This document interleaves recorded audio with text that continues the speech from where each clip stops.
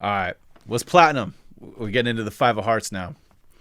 So, Five of Hearts people are emotionally restless. It is the calling of experiences. They want so many experiences in life that they will pretty much do everything to get them. And here's the thing: they if they could just fixate on one plan or one goal or one idea, they would get everything they want. They may even be some of the most powerful people that they could possibly imagine. The problem is they're going to miss out on all these other great experiences if they do that, and they won't do it. They just won't do it.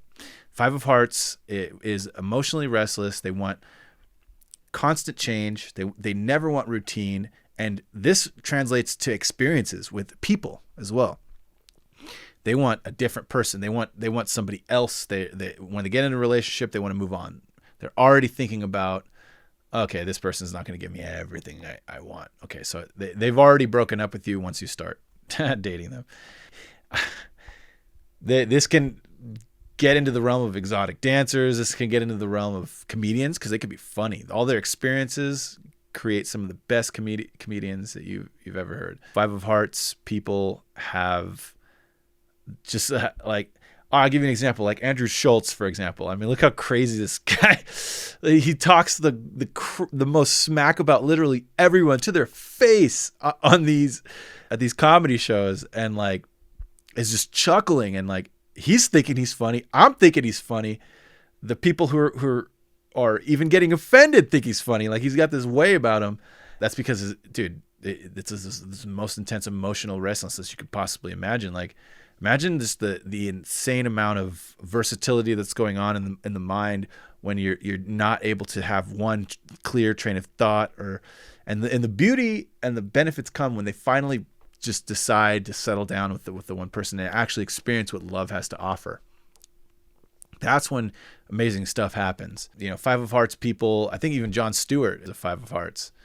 And you remember back in the day, like the Daily Show, we cracked up at that, you know, like, so Five of Hearts people, they really can do great from honing down and focusing. And some of the ones that we get to see on, you know, public platform are the ones that have kind of done that in a way. Their experiences are so varied, and their desire for new experiences is so intense that they're like burning a path through reality in a way that can have people just kind of just shudder at like just the sheer amount of like partners that they've had or like relationships that they've had. It's just like, whoa, dude, slow. You want to tell them like, slow down, like get like, it's just chill out for a little bit.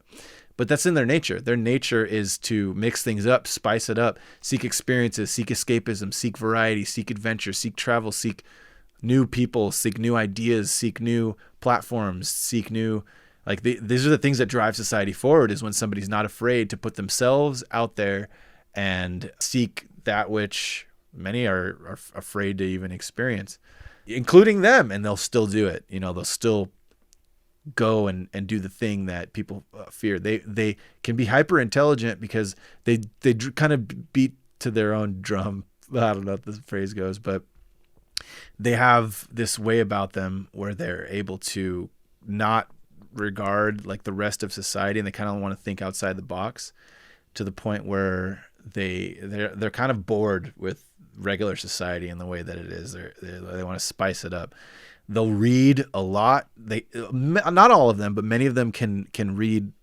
When the ones that do like read a lot end up benefiting from their mental prowess because they ended up writing circles around other people. Like if you look at a Five of Hearts tweets, you're gonna see some of the funniest things that are said, but they're also drawing conclusions from those around them, and the depths of the available texts dealing with the most important stuff, right? Like the relationships, the emotional element of life, the heart, the difficult heart problems with dealing with the realms of the heart. They're not afraid to dive in and tap into that kind of stuff because they're learning constantly. They're literally the eternal learners. They've moved beyond the stability. They've moved beyond the just raw creative energy. They've moved beyond the partnership, and they've moved beyond the initiation. And now they're in the realm of experience. And when you experience so many people, when you experience so many relationships, when you go through that, you're going to get wisdom. That's just naturally what's going to happen. And a lot of the older Five of Hearts people are very wise people, and that's added by their Nine of Diamonds. Now in their chart, there's a lot of 3 energy in their cards. There's a lot of 3 energy, ironically, with the 5. So it's funny that 5s. If you see the most restless cards in the deck, you're going to see 5s. You're going to see 3s. These are just the restless numbers. It just happens that way. But it's weird how the 5 of Hearts happens to have a mirror. And I'll go into other videos when I talk about more mirrors, but I have to do that in this case because they mirror the 9 of Diamonds, which is the universal giver, the giver of life, the giver, and they also mirror the 4 of Diamonds, which is stability. If they had the wherewithal to ground themselves and focus on one, money-making project or whatever it is, they would essentially be very, very, well off. However, that tempting position at the club might be something that they want to engage in. And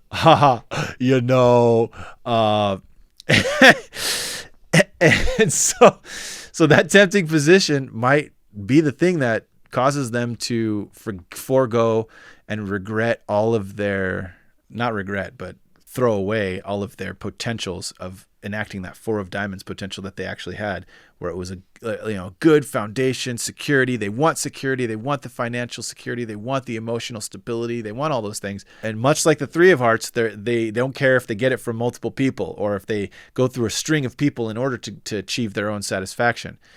They need to cool that. They need to channel that. They need to really they'll find solace and there'll be great benefits from tapping into their 4 of Diamonds mirror. I know you guys may not know what the hell that is, but every card mirrors another card.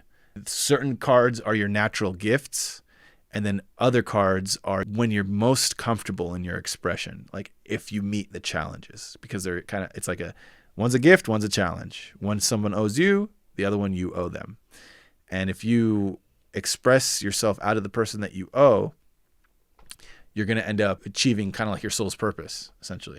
And the 5 of Hearts, they mirror both the 4 of Diamonds and the 9 of Diamonds, and so they're caught in between this realm where they're emotional, they're dealing with the heart, and they're dealing with experiences of the heart, varied people, lots of different relationships, and the string of relationships or string of emotional experiences and ups and downs and sideways.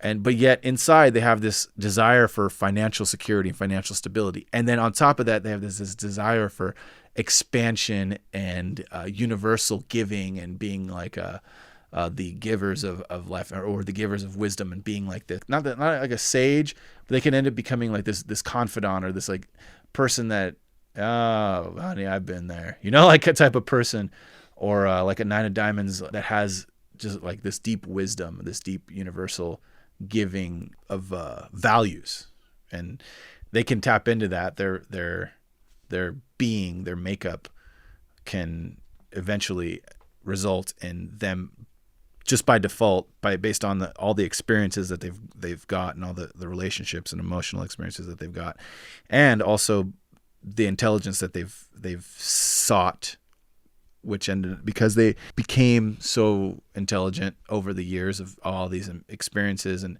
also because of the books that they've read, because something wasn't adding up in almost every experienced relationship that they had. So they had to go research why. And so that gives them more knowledge for the next one. And then that one doesn't add up. And then they research why. And then they get a new one. And so their relationships are this string of just apoplectic, chaotic. No, I'm just kidding. I'll just go with this. It's like this string of constant experiences. That's the bottom line. And they end up, through those experiences, becoming a vital source for knowledge and available information and available emotional support. Like they're the ones that you can go to because when you're dealing with an emotional problem, once they've gone through it. If they're younger, they're in the process. They probably won't even have time to watch this whole entire video. They're gonna be like skipping through it or something like that. Like, all right, get to the point. I want to know about me already. Hurry up. Yeah. So, but yeah, they can find love. It's possible for them to seek the the real emotional connection with another person and sacrifice all those other people, all those other experiences that they want so bad. Forget it all. Just stick with it.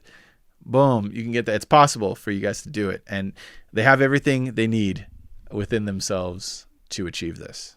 So, yeah. 5 hearts, dude. Shouts out for watching. Yeah, maybe you should subscribe or something like that if you want. Yeah. And click the alert bell. Shit. You know what I'm saying?